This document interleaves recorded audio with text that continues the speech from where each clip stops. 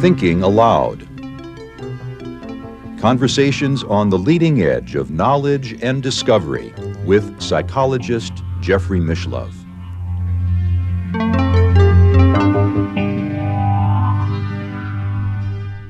Hello and welcome. I'm Jeffrey Mishlove. Today we'll be exploring the mystery of consciousness. With me is Richard Smoley, who is author of The Dice Game of Shiva, How Consciousness Creates the Universe. He is also editor of Quest, the Journal of the Theosophical Society in America. He is the past editor of Gnosis magazine and author of many other books, including How God Became God, What Scholars Are Really Saying About God and the Bible, and Hidden Wisdom, the Guide to the Western Inner Traditions, and Inner Christianity, the Guide to the Esoteric Tradition. Welcome, Richard. Thank you. Glad to be here. It's a pleasure to be with you. You know, philosophers sometimes ask if a tree falls in the woods and nobody is there to hear it, did it really happen? And I think there's a sense in which you can say it didn't if there's no experience of it. What do you think? Well, I'm saying something rather like that in my book, The Dice Game of Shiva. For one thing, consciousness is very, very hard to define. It tends to be defined in very circular ways. What is consciousness? Well, it's awareness. What is awareness? Well, it's consciousness. And, round and round we go. So I tried to break that log jam by posing another slightly different picture of consciousness, which is to say, it is the capacity to relate self and other. And that is to say, consciousness as we usually experience it, and there are a lot of ifs, ands, and buts here that we can't go into, but consciousness in its prime form always is of a self and an other. What happens when you're unconscious? Let's say you're in deep, dreamless sleep. Well, you're not really aware of a you that's differentiated from your surroundings. That just goes into abeyance. So, I mean, there are layers and layers of all this, again, but there's something about consciousness that does seem to be a self and an other. Of course, there are the mystical traditions that talk about cosmic consciousness in which you're one with everything. Yes, and that's a couple of steps ahead. But what I'm kind of saying about this in terms of the mystical traditions, many meditative practices will have you do something like this. That is to say, you quiet your mind, and in a state of stillness, you start to realize that there are sensations coming to your body. Then you realize that there are thoughts and emotions that are coming across the screen of your mind. And there's a certain point at which you can see all of this as if they belong to somebody else, as if they're images on a screen. Projections in the mind's eye. Right. So then you can't be these things because you're watching them as if from a distance. So who is the I that is watching? I'm sure you know that Sri Ramana Maharshi said that who am I is a question that asked deeply enough could lead one to enlightenment. Yes. But there is this silent witness, this I, that is, shall we say, truly you. In a sense, it doesn't do anything other than witness, but without it, experience does not happen. So that is consciousness in I think in a primordial sense. Now, what I'm saying is that this sense of a self and other exists in many layers and many gradients in the universe. And this does not only include us, it does not only include animals or plants or even organic life as a whole. It must somehow be characteristic of the entire universe. Now, you will hear, for example, scientists speak purely matter-of-factly about a chemical reaction. Yes. Nothing is more scientific than that, I guess. Well, what I'm saying is that for there to be a reaction, there has to be a recognition. In a sense, the hydrogen atom has to be able to recognize an oxygen atom in order to react to it to form water and so on. Yeah, it could do that, though, without any awareness. Well, it's not an awareness of that we have. Right. I'm not suggesting that a hydrogen atom has the introspective consciousness of, say, a Woody Allen character. But I'm saying that this capacity to recognize and respond is in everything, and that our human consciousness is one kind of gradient in it. It's one stratum in an enormous spectrum of gradients of consciousness. And in that sense, consciousness is organic to the universe and creates the universe. So rocks have a degree of consciousness.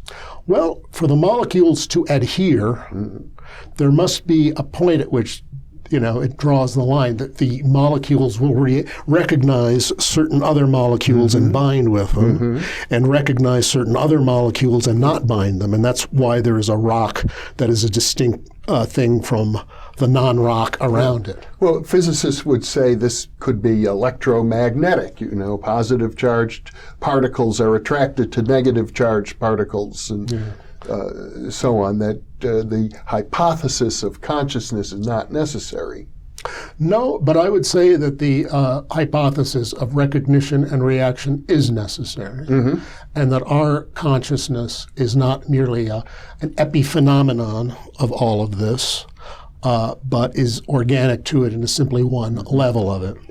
Because by the standard view, and this is a thing that no one has answered, although they're always about to answer it, we'll get back to you real soon about this, is, the fact that how did our consciousness in some sort of rare, privileged way arise out of all of this mindlessness? And I'm saying that, well, mind has many different levels, even things that we would not customarily or conventionally call mind. All the way down. All the way down. So to speak. So, in effect, your perspective is very much akin to that of a panpsychist. Yes. Although one area in which I differ from panpsychism is simply that panpsychism often, it sounds very fuzzy, and its chief objection that it arises is that it's sort of fuzzy. There's always like this psyche that's kind of floating around somewhere, like a kind of an impalpable mist. But I'm saying, no, it's this thing that enables anything to draw the line. And without it, the universe doesn't exist. Because the conventional view is that consciousness, as we know it at least, requires a nervous system. Yes, but that's only one type of consciousness. That is only one level of organization of consciousness. Even in what you're suggesting is even molecules or atoms have some property relating to self and other. Yes, and this point was made by none other than Thomas Edison in an 1890 interview. He said, look at all these chemical interactions. Look at the way they combine with each other to form all sorts of materials. Do you think they do this without some kind of consciousness? Alice Bailey, who was an esotericist of the early 20th century, summed up this idea in a little book she wrote called The Consciousness of the Atom. Well, in a sense, the subtitle of your book, How Consciousness Creates the Universe, what you're saying is that every slice of the universe, from the very largest to the very smallest, has some measure of what Martin Buber maybe called I-thou-ness. Or, if you're going to go to Martin Buber, there's a capacity for an I-it as well as an I-thou. I mean, you can take the thou part. I think Buber himself would say, the thou always implies the existence of the I in the other. The it does not. And I'd say that's one difference between those two stances. I know Martin Buber really was suggesting a kind of higher form of love, even a sacred relationship, an I and thou, and sacred relationships only make sense if there are also relationships that are not sacred. Right. Exactly. So, in a lot of ways what I'm saying is very close to what Buber is saying. And in a way, you would hope so, in that if I were the only person who ever have thought of this in human history, well, that would sound strange, and why would I have been the first person to have thought of it anyway? But if this idea is resurfacing in the Sankhya, as I said, the most ancient of all philosophical schools, in Buber, in Edison, in all sorts of places, in people who call themselves panpsychists, this may reflect an insight into something that is actually there. Now, if we talk about the witness state, the self, the pure witness, it would seem as if you're talking about consciousness without an object. Well, there's always going to be an object, in one sense. Yeah. And does consciousness presuppose an object? Kinda, sort of. And what do I mean by that? Well, notice this consciousness without an object, which is a term very often used, and it refers to a state in meditative experience that actually does exist. But notice that when you're using that term, it starts to sound paradoxical. Yes. Right? So that must mean that without that object part is subtly contradicting the consciousness part, meaning that the object, if we're going to get really philosophical about it, is somehow implied in the consciousness part. Now, the state exists. I'm not denying that. I'm just saying, in most cases, what we think of as consciousness does imply this object or other. In most cases, very few people, I suppose, attain pure consciousness without an object. It's considered, I guess, a high state of meditation, but might it not even be just contemplating consciousness itself, contemplating consciousness? Yeah, it gets subtle, of course, because then you're contemplating your own consciousness as an object. And guess what? Does it start to look like a hall of mirrors? Yes, it does. And the mystical literature talks about this. I particularly reminded of the ancient Jewish mystical doctrine of the Heikalot, or the palaces. There are these different levels. Those are kind of levels or mansions, as it says in the New Testament, that you go through. It may be that doing the kind of exercise or practice that you're talking about is a way of stepping through these various things. Of course, very soon it starts to get very weird, but that's kind of why you started doing these practices anyway, isn't it, sort of? Well, there's another paradox. We could look at it from the other point of view, which is the objects of consciousness. I mean, take this beautiful stone sculpture. Many of the viewers have commented on it over time. It appears to be an object outside of my consciousness, and yet, actually, it's not. This is something in my mind.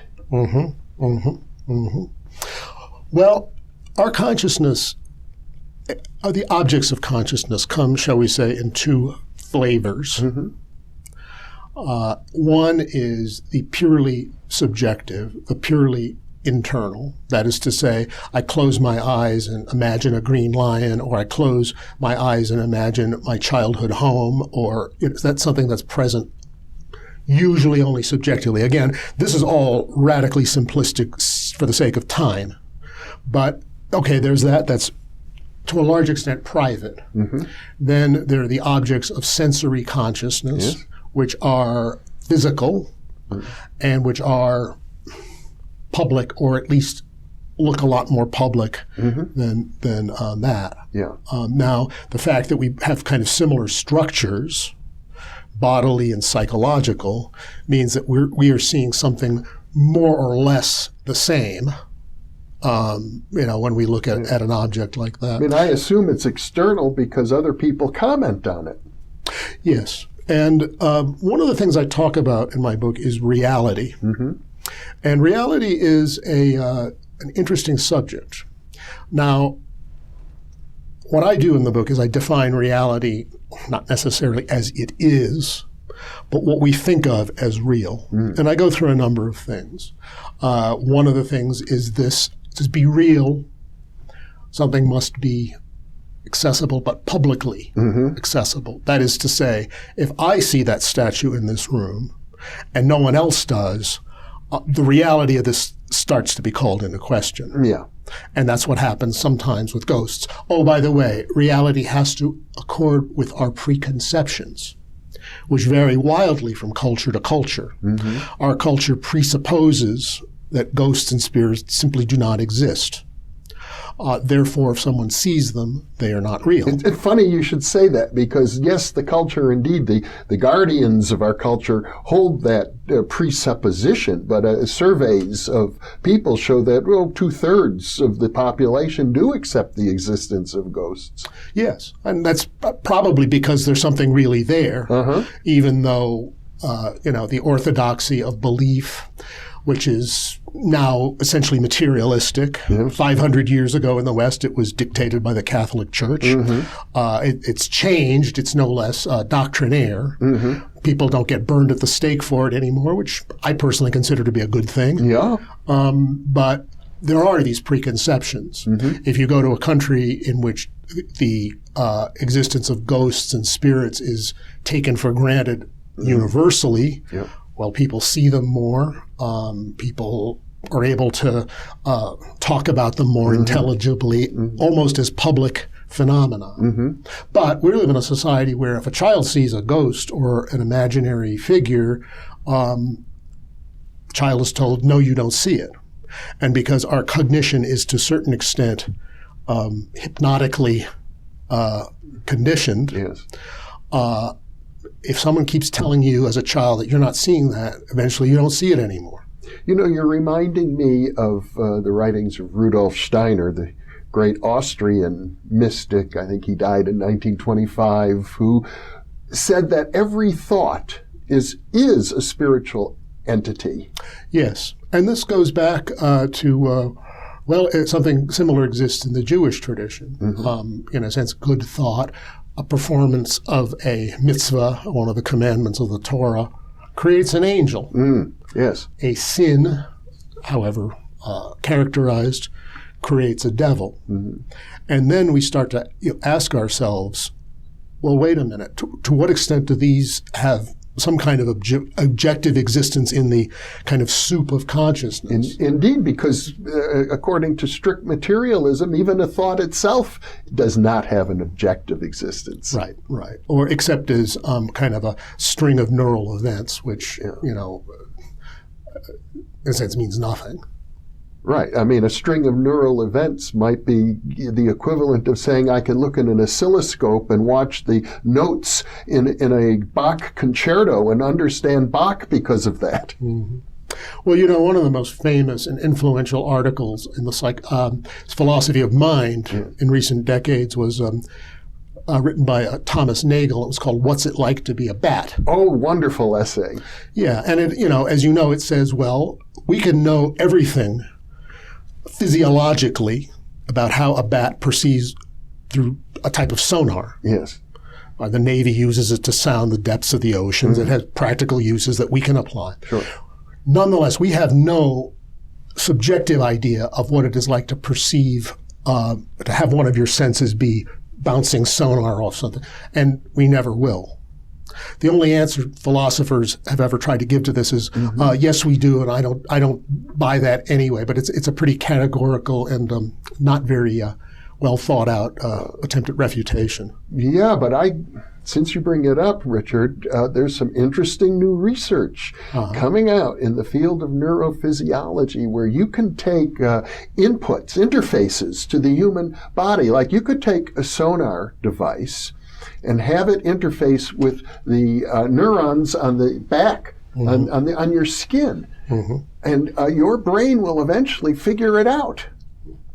So, well, in that case, it may not be ultimately impossible. No. But in order for us to be able to do that, it still requires you have to some sort of, it turns out that a subjective experience has to get in there somehow. It does, but it seems as if the brain, just talking about the brain now, is like an all-purpose computer. And if you give it any kind of an input and any kind of an output device, the brain will eventually, on its own, figure out how to work with it.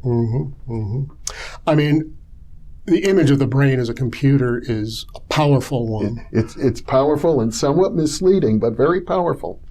Well, all metaphors are misleading for the simple reason that, a beautiful woman is a flower. Well, that's a nice metaphor, but there are certain respects in which a beautiful woman is like a flower, and other certain respects in which a beautiful woman is not like a flower. If they were identical, they would be the same thing, and you'd call them the same name. Yeah. The brain, in some ways, functions like a computer, but it is not a computer, and let's at least try to keep that clear, although the temptations to do the other are very, very strong. Yeah. There is, for example, a researcher in Texas who he's working on some incredible things where people wear these suits that stimulate the skin in different ways. And one of the inputs might be the stock market. The stock market is just playing on your skin, and eventually he believes, and he hasn't proven it yet, and that's a hard problem, you and I both know, the stock market, but he thinks that people can actually learn to understand the patterns of the stock market by some strange physical inputs on their skin. Well, none of this poses any problem for the theory that I've given, and in fact, what I've been saying does not exclude artificial intelligence.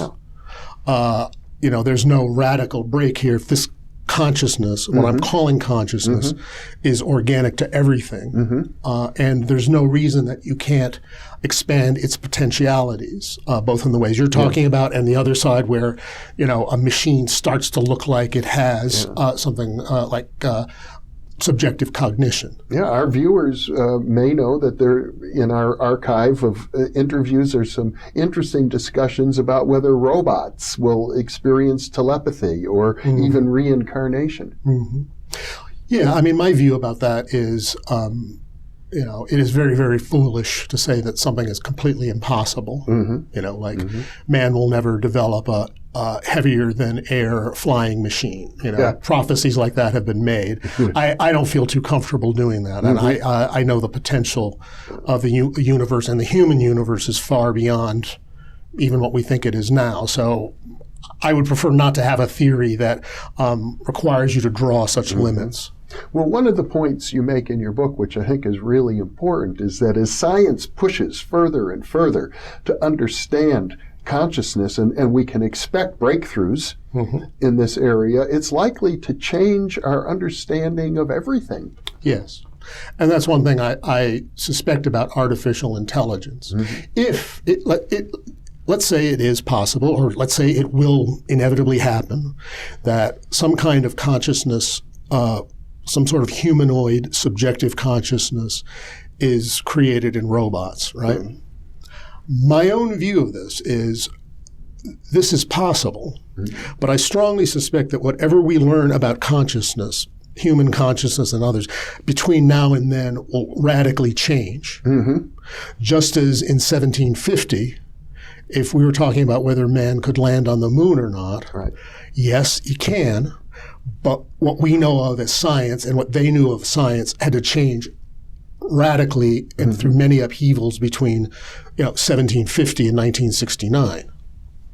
That's an enormously important point, because somehow there is a tendency, especially I think in the scientific community, to think we have arrived at a certain set of principles about the way the world works that will remain constant and stable for 1,000,000 years. Well, the impression I'm getting in this is a little different in that the actual hard, pure scientists are backing away from this kind of statement. They're moving more and more toward well, the universe is really strange. If you think you understand quantum mechanics, it means you don't. You know, lots of, and you know, the what is the line? I forget who said it. You know, the universe is a lot stranger not only than we suppose, but than we can suppose. You're getting more and more statements like this, and it's only kind of the camp followers of science.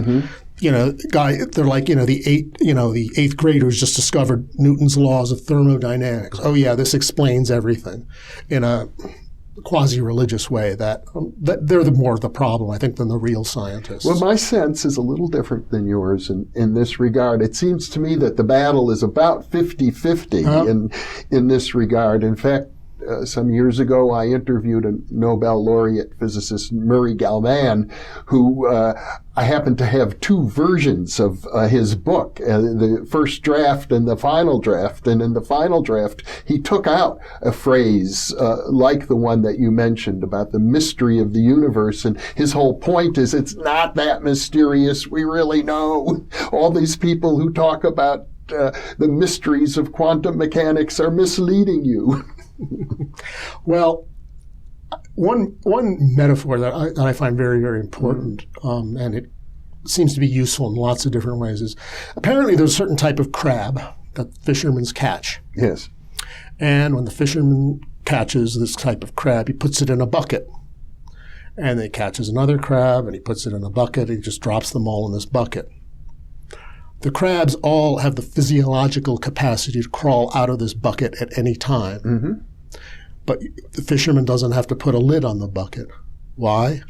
Because every time a crab tries to crawl out, the others pull it back down.